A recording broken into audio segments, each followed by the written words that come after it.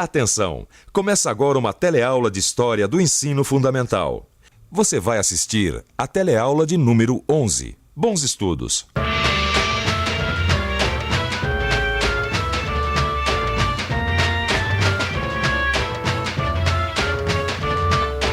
O que é política para você? Política, para mim, é a forma que administra um país, né? Política vem do termo grego, polis, né? Que é a arte de servir a muitos. Só que aqui em Brasília, infelizmente, estão usando monítica, que é servir a si próprio.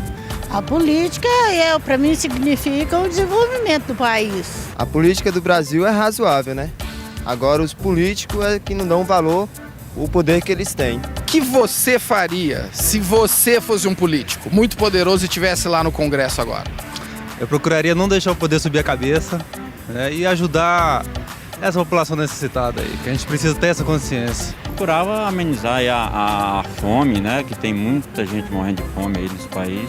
E não é por acaso. O homem é um animal político. Há milhares de anos se organiza para discutir e resolver seus problemas comuns. Isso é política. Eu daria tudo de bom para o povo. De planejamento, organização, tem respeito, quer dizer muitas coisas, né? Como vocês já perceberam, política é o tema dessa e das próximas teleaulas do nosso curso de História. Política tem a ver com poder, o poder de decisão, o poder de um grupo sobre outros, o poder dos governos e como os governos usam esse poder. Hoje nós vamos ver como se organizava o poder e a hierarquia na sociedade colonial brasileira.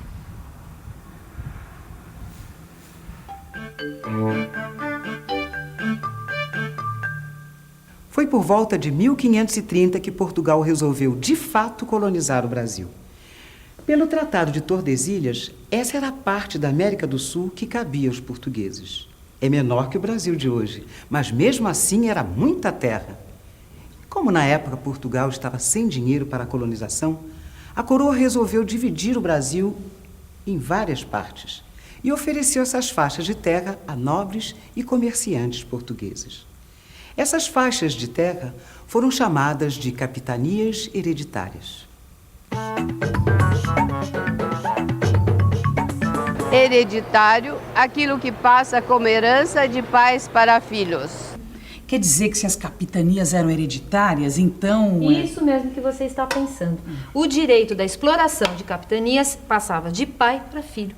Por favor, o senhor aceitaria uma capitania hereditária no meio da Amazônia, a uns 1000 quilômetros de Manaus, sem aeroporto, sem estrada, sem nada? Toparia? Preciso saber quem seria o governador-geral, né?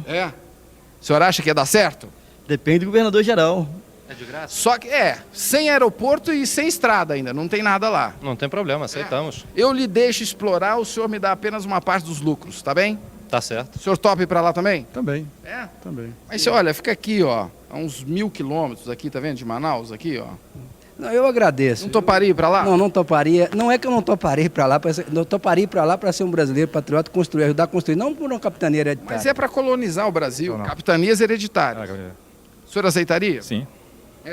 O senhor poderia explorar, mas me daria uma parte dos lucros. Perfeitamente, é como ocorrem as coisas. Tá legal, obrigado.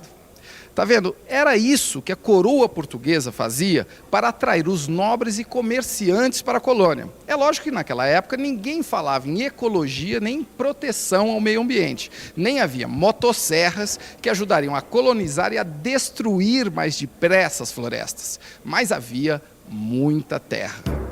A coroa dava total poder político e administrativo para os capitães donatários.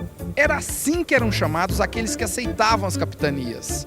Esses capitães mandavam e desmandavam em suas capitanias e, mesmo não sendo os donos da terra, podiam doar pedaços dela para outros nobres e comerciantes.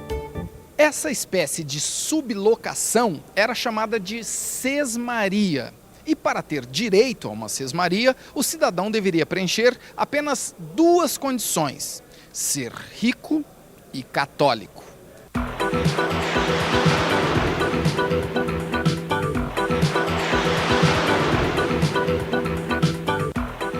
Com o sistema de capitanias hereditárias, a coroa portuguesa resolveu vários problemas com uma só tacada. Em primeiro lugar, ela dividiu com os particulares os custos da colonização e da administração das novas terras. Em segundo, conseguiu uma nova fonte de recursos, já que os capitães donatários precisavam pagar impostos ao rei e continuava dono de tudo. E em terceiro, iniciou o processo de ocupação das terras descobertas, diminuindo as constantes ameaças de invasão. O problema é que apenas algumas capitanias deram certo. E um exemplo de sucesso foi a capitania de Pernambuco. O sucesso da colonização na capitania de Pernambuco foi resultado de 3 fatores: a proximidade com a Europa, a construção dos engenhos de açúcar e o trabalho escravo. Outro exemplo de colonização bem-sucedida foi a capitania de São Vicente. O que garantiu esse sucesso foi a presença dos jesuítas e a escravização dos índios que não aceitaram a religião católica. Fora o caso de Pernambuco e de São Vicente, as capitanias não prosperaram. Algumas delas nem sequer chegaram a ser ocupadas. A verdade é que o sistema de capitanias hereditárias acabou promovendo a dispersão administrativa. Quer dizer, cada região vivia isolada sem nenhum contato com as outras.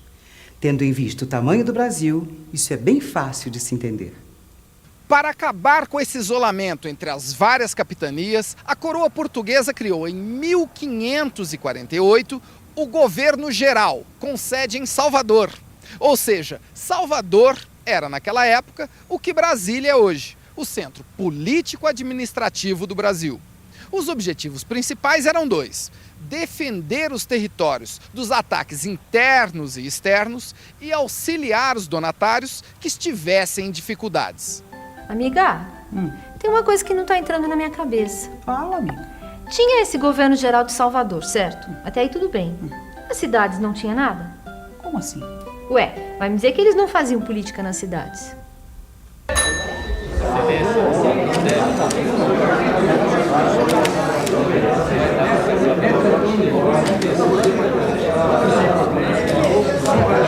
Oi, eu sou a Maristela, eu trabalho de dia, estudo à noite, eu não tenho tempo a perder. Eu arrumei esse bico de repórter fotográfica de política atual. Mas eu também tô por dentro de política colonial. Naquele tempo não existiam eleições, nem vereadores, prefeitos, isso tudo. Mas conforme os engenhos cresciam, iam sendo fundadas as vilas, que davam origem às cidades.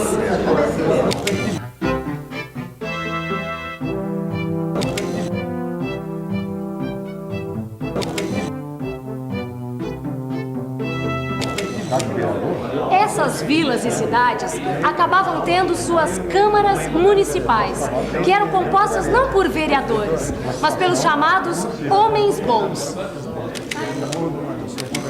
Já sei, você quer saber quem eram esses tais homens bons? Então preste atenção aí, que eu vou ter que acabar aqui meu trabalho. Os homens bons eram como se fossem os vereadores daquela época. Eles atuavam nas câmaras municipais, onde representavam os interesses dos senhores de engenho, dos proprietários de terras e escravos. No fim do século XVII, as atenções da coroa portuguesa se voltam para essa região do país onde hoje está localizado o estado de Minas Gerais. E o motivo era um só. Bandeirantes paulistas descobriram que essas terras eram ricas em metais e pedras preciosas, principalmente ouro e diamante. Inicia-se um novo momento político brasileiro. E a riqueza das Minas Gerais não chamou a atenção só da coroa portuguesa. A febre do ouro atraiu milhares de pessoas para cá e várias vilas foram fundadas, como Sabará, Mariana, São João del Rei e esta linda cidade onde estamos agora, Vila Rica de Ouro Preto. Ainda existe ouro aqui em Ouro Preto? Existe. É? Onde? Nas igrejas, nos museus. Existe muito ouro ainda, que tem muita mina que não estão extintas. Vira e mexe, eles estão achando ouro. E tem também o ouro que, pelos livros históricos, os inconfidentes esconderam. E que eu sei também nas igrejas. Só? Nos museus. E o outro ouro que estava por aqui, onde será que foi? O outro ouro foi a maior parte para Portugal. Portugal tinha uma ganância muito grande de ouro e foi a terra brasileira que pagou a sede e o luxo, né, de toda a corte portuguesa, principalmente os impostos que eles tinham que pagar para a Inglaterra. Hoje as pessoas que vêm para cá são turistas atraídos pelo barroco brasileiro. E o único ouro que sobrou por aqui foi este, usado para adornar os altares das igrejas. A maior parte do ouro foi para Portugal. Como vocês podem ver pelo mapa, a região açucareira vai perdendo a sua importância econômica ao longo do século XVIII. Mas os senhores de engenho não perdem seu poder e continuam temidos e respeitados pela população. O ouro passa a ser o negócio preferido da coroa portuguesa. E as capitanias particulares dessa região são extintas, ficando então sob controle direto da metrópole. Mas a mineração também trouxe problemas para a relação entre a colônia e a metrópole. Quanto de imposto, por exemplo, você acha que está embutido nesse seu carro? Ah, não calculo não. O senhor acha que o senhor pagou imposto na camisa e no vestido? Acho que paguei, porque custou caro. Você sabe quanto de imposto que está embutido no seu caminhão? Não. Mais ou menos. Não tenho nenhuma ideia. Pois é, o excesso de impostos é uma das grandes reclamações dos nossos dias. Mas no tempo do ouro, a situação também não era nada boa. A política fiscal era severa e criava muitos atritos entre os colonos e a coroa. Estava começando uma mudança nos rumos políticos do Brasil. Mas isso já é assunto para outra aula. E atenção, se liga aí que é hora da revisão. Nesta e nas próximas aulas, vamos olhar a sociedade colonial sob o ponto de vista político. Começamos vendo qual foi a solução encontrada por Portugal para ocupar o Brasil: as capitanias hereditárias. Vimos que apenas as capitanias de Pernambuco e São Vicente deram certo. E que, para tentar evitar a dispersão da administração, a coroa criou o Governo Geral com sede em Salvador. Nós também conferimos o poder dos senhores de engenho. E, finalmente, entramos em contato com as modificações político-administrativas que resultaram da descoberta de ouro em Minas Gerais. Muito bem, e diante desse mundo cada vez mais complexo, onde informação é a mercadoria mais valiosa, a melhor política é estudar. E para ajudar você a praticar essa política, eu vou lançar aqui 2 perguntas sobre a aula de hoje. 1. Como se organizava o poder no Brasil colonial? E 2. Como de tão longe a metrópole portuguesa conseguia controlar o Brasil, sua colônia na América? Agora é com você. Até a próxima aula.